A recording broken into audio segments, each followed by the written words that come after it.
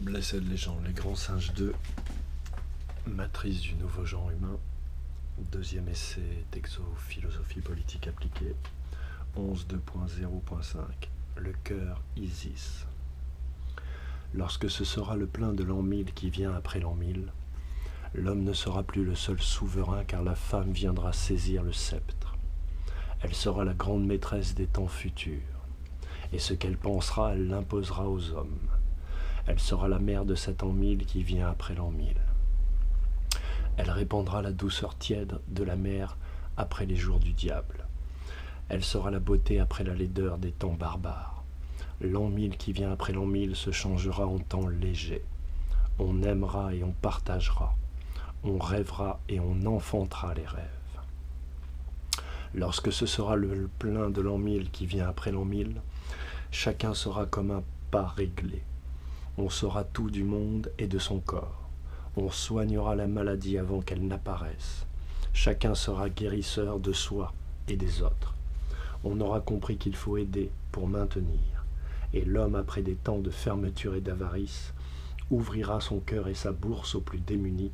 Il se sentira chevalier de l'ordre humain, et ainsi sera un temps nouveau qui commencera. Ce sera un temps nouveau qui commencera, Protocole secret des prophéties, Jean de Jérusalem ou Jean de Vézelay, 1099, l'un des 8 fondateurs de l'ordre des Templiers. 11.5, le cœur entend. Le philosophe du réel a su entendre comme la femme est l'élément primordial de tout ordre universel atteint. La puissance de son ventre énergétique a...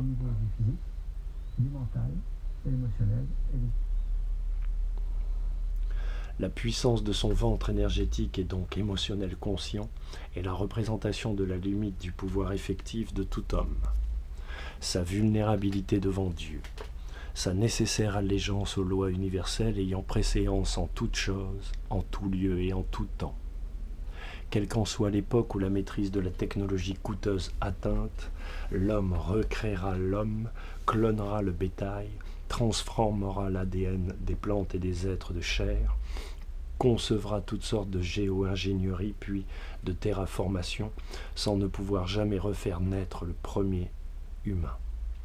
La première particule vivante est son expression éternelle qui en est la source, sa conscience, et dont le corps quantique de la femme est l'expression et la matrice éternelle et formelle, perpétuée. Et puisque toutes les formes et les non-formes proviennent immanquablement du couple mâle, l'information, l'esprit de Dieu, et de la femelle, l'énergie, le corps de Dieu, qu'est-ce donc réellement qu'une femme ?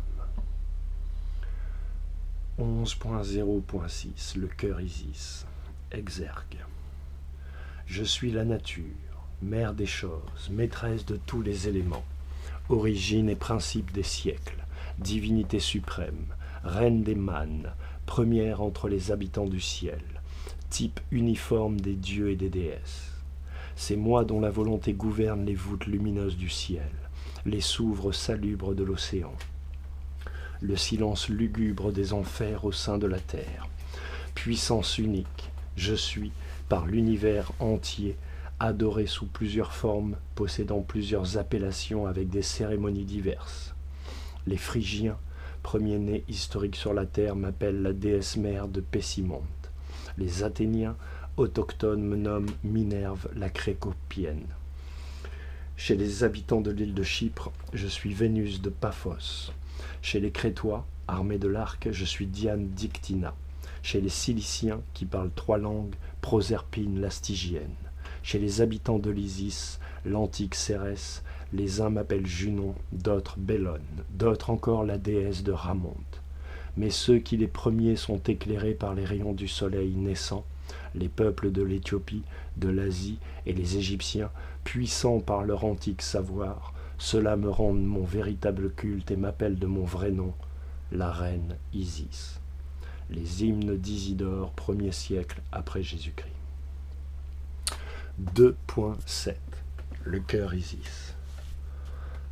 La conscience d'amour inconditionnel est-elle de toute éternité en lutte contre l'inconscience brutale dans ce rapport dévié que chaque grand singe de chacune des espèces entretient avec la matière, ces microbes, ces poudres magiques que sont l'alcool, ces drogues chimiques, ces jeux de hasard, ces guerres économiques, son pouvoir militaire, son désir d'appropriation, ce non-sens cannibale prédateur de l'instinct animal qui génère en chaque grand singe de chacune des espèces son rapport au sexe dénaturé par la mise en esclavage sociétal et cultuel de la représentante de la terre-mère sur notre globe et dans notre galaxie, la femme. Quel est ce pouvoir énergétique féminin dont les élites internationales, ces adorateurs et adoratrices de l'énergie inférieure mystifiée, semblent connaître la puissance réelle, la vélocité élévatrice, fondatrice, créative ou destructrice avérée? Nos élites internationales, ces adorateurs et adoratrices des énergies intérieures du pouvoir terrestre conquis par le mensonge et la manipulation politique, ont-ils eu à cœur de réduire en cendres toutes les civilisations anciennes des grands singes de chacune des espèces qui auraient pu conserver en elles le moindre souvenir ancestral, culturel ou cultuel, de l'état primordial de cette puissance énergétique intérieure et des connaissances insondables qu'elle pourrait leur révéler, et cela à seule fin d'en effacer définitivement toute trace dans l'âme et le cœur, dans l'esprit et la conscience de chaque grand singe de chacune des espèces, en prenant soin que cela soit partout sur le globe terrestre, ainsi que, potentiellement, dans toute la galaxie. Qu'il s'agisse des grands singes toltèques, aztèques, incas ou mayas, tous descendants des Olmecs à la peau noire, qu'il s'agisse des grands singes africains, éthiopiens, qu'il s'agisse des grands singes égyptiens, qu'il s'agisse des grands singes celtes, leurs descendants, qu'il s'agisse des grands singes australiens ou de l'île de Malte ou de l'île de Pâques, qu'il s'agisse des grands singes berbères et plus largement des grands singes sémites. Chacune des cultures de chacun de ces grands singes ont-elles vu leur connaissance évolutionnaire lumineuse conscience ainsi s'arrêter, se stopper, pour être définitivement remplacées, transformées par les ancêtres biologiques, cultuels, psychologiques et culturels du système politico-militaro-industriel moderne des adorateurs et adoratrices de l'énergie inférieure esclavagiste humain à dessein? Le sens filial, affectif et sexuel altéré de chaque grand singe de chacune des espèces est-il l'instrument inversé et véritable, si sciemment dénaturé du pouvoir par excellence? Est-il ainsi devenu l'instrument principiel dévié des adorateurs de l'énergie sexuelle et sacrificielle inférieure? Quel est ce pouvoir énergétique que la femme détient et retient, qu'elle possède et qui maîtrise et annule dans le cœur de chaque grand singe de chacune des espèces toutes ses facultés pacifiques, pénétrantes? Quel est ce pouvoir vibratil, sensitif, auquel les grands singes de chacune des espèces, ou trop peu, n'ont visiblement plus accès? En eux-mêmes, par eux-mêmes, pour eux-mêmes? Quelle est donc la véritable nature de cet être, la femme, mère de l'humanité, des sciences et des arts, et par lequel, chaque grand singe de chacune des espèces naît, avec lequel chaque grand singe de chacune des espèces vit, qui par ses enfants nous reconduit tous continuellement, mais qu'aucun grand singe, d'aucune des espèces vivantes visiblement ne connaît véritablement au fond. Ici et ici, pourtant, chaque grand singe de chacune des espèces nomme si effrontément et si naïvement cet être dont l'essence libre et libérée permanence est si puissante, ma femme. Est-ce le pont, la passerelle ou la voie par laquelle la nouvelle conscience de chaque grand singe de chacune des espèces de notre planète mère doit irrémédiablement passer pour accéder à elle-même? Est-ce l'énergie mère matière de toute création vibratile vivante? Est-ce l'énergie mère matière de toute vie inconsciente dans l'univers? Est-ce l'énergie mère matière énergétique des planètes elles-mêmes, de notre galaxie, tant que du grand univers lui-même? La conscience est-elle une essence dont l'énergie atomique concentrée et fixe serait mâle, et l'énergie atomique concentrique en mouvement serait de toute éternité femelle?